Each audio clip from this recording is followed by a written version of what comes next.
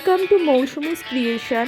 মৌসুমিস ক্রিয়েশনের সকল বন্ধুবান্ধবদের স্বাগত জানিয়ে আজকে আমি আমার রেসিপিটা শুরু করছি।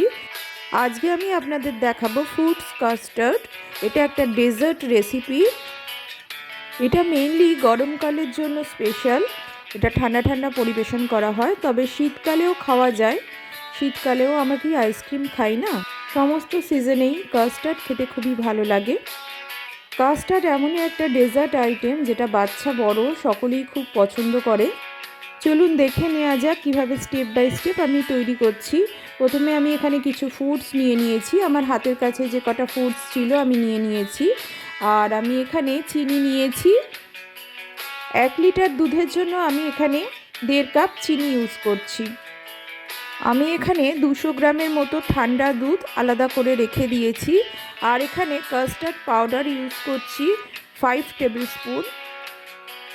আমি এখানে ভ্যানিলা ফ্লেভারের কাস্টার্ড পাউডার ইউজ করছি।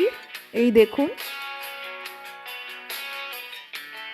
ফলের মধ্যে আমি নিয়ে নিয়েছি কিছু খেজুর, আপেল, বেদানা, লেবু, আঙুর ইত্যাদি।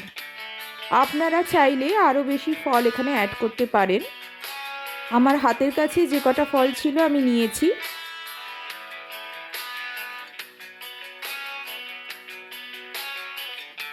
প্রথমে ঠান্ডা দুধের মধ্যে আমি কাস্টার্ড পাউডারটা গুলে নিচ্ছি। একদম দেখতে হবে এখানে যেন ক্লট না থাকে, খুব ভালোভাবে গুলে নিতে হবে কাস্টার্ড পাউডারটাকে ঠান্ডা দুধের সঙ্গেই কাস্টার্ড পাউডার কিন্তু গোলা যায়, গরম দুধের সঙ্গে গোলা যায় না। গরম দুধে কাস্টার্ড পাউডার দিলে জমে যাবে, গোটা গোটা হয়ে থাকবে। ঠান্ডা দুধেই এটা কিন্তু গোলা যায়।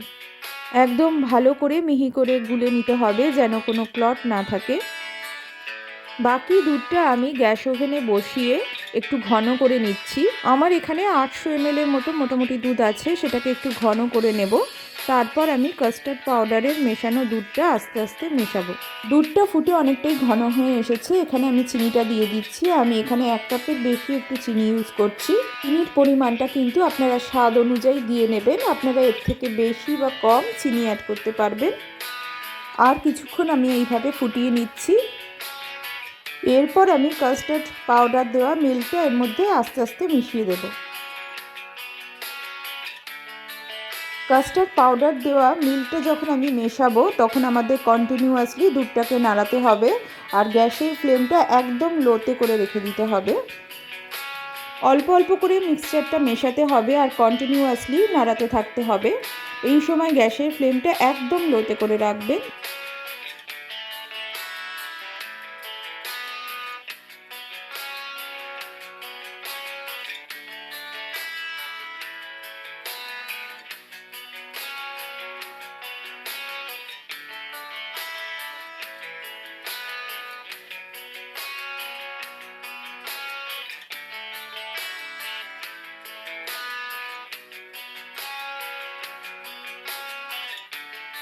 কাস্টার্ড পাউডার দেওয়া মিল্কের মিশ্রণটা দেওয়া হয়ে গেলে আমি আবারও ভালোভাবে নাড়িয়ে নেব আর হালকা করে একটু দুধটা ফুটিয়ে নেব। মোটামুটি 5 থেকে 7 মিনিট দুধটাকে একটু ফুটিয়ে নিতে হবে। এই সময় গ্যাস ওভেনটা লো টু মিডিয়ামে করে দুধটাকে ফোটাতে হবে আর বারবার নাড়াতে থাকতে হবে যেন কোনো ক্লট না হয়। কাস্টার্ড আমাদের তৈরি হয়ে গেছে, একটা ঘন ক্রিমি ভাব এসছে। এবার আমি গ্যাস ওভেনটা অফ করে দিচ্ছি। এবার আমি ফলগুলো এর মধ্যে মেশাচ্ছি। একটা মিক্সিং বোলে ফলগুলোকে নিয়ে নিচ্ছি, নিয়ে আমি কাস্টার্ডটা তার উপর দিয়ে ঢেলে দিচ্ছি। টুকরো করে কেটে রাখা ফ্রুটসগুলোর সঙ্গে আমি কাস্টার্ডটাকে ভালোভাবে মিশিয়ে নিচ্ছি। আমাদের ফ্রুট কাস্টার্ড একদম রেডি হয়ে গেছে। এবার এটাকে ঠান্ডা করলেই একদম রেডি আমাদের ফ্রুট কাস্টার্ড। আপনারা এটাকে ঘন্টাখানেকের জন্য ফ্রিজে রেখে দিতে পারেন, তারপর এটাকে পরিবেশন করা হবে।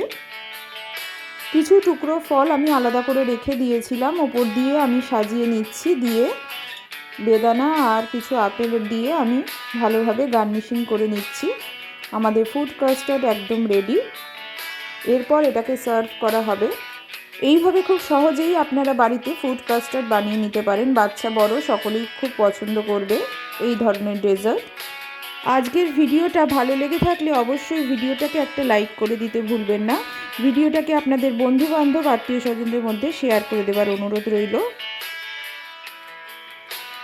নতুন বন্ধুদের বলছি, তোমরা চ্যানেলটাকে সাবস্ক্রাইব করে নিও আর বেল আইকনটা অবশ্যই অন রেখো। এই চ্যানেলে তোমরা বিভিন্ন ধরনের নিরামিষ আমিষ রান্না, মিষ্টির বিভিন্ন ধরনের রেসিপি সব কিছুই দেখতে পাবে। পাশে থাকা বেল আইকনটা অন রাখলে খুব সহজেই তোমাদের কাছে প্রথম নোটিফিকেশান পৌঁছে যাবে। আজকের মতো এখানেই শেষ করছি বন্ধুরা। ভালো থাকবেন, সুস্থ থাকবেন। দেখা হবে আবার অন্য কোনো ভিডিওতে। Thank you.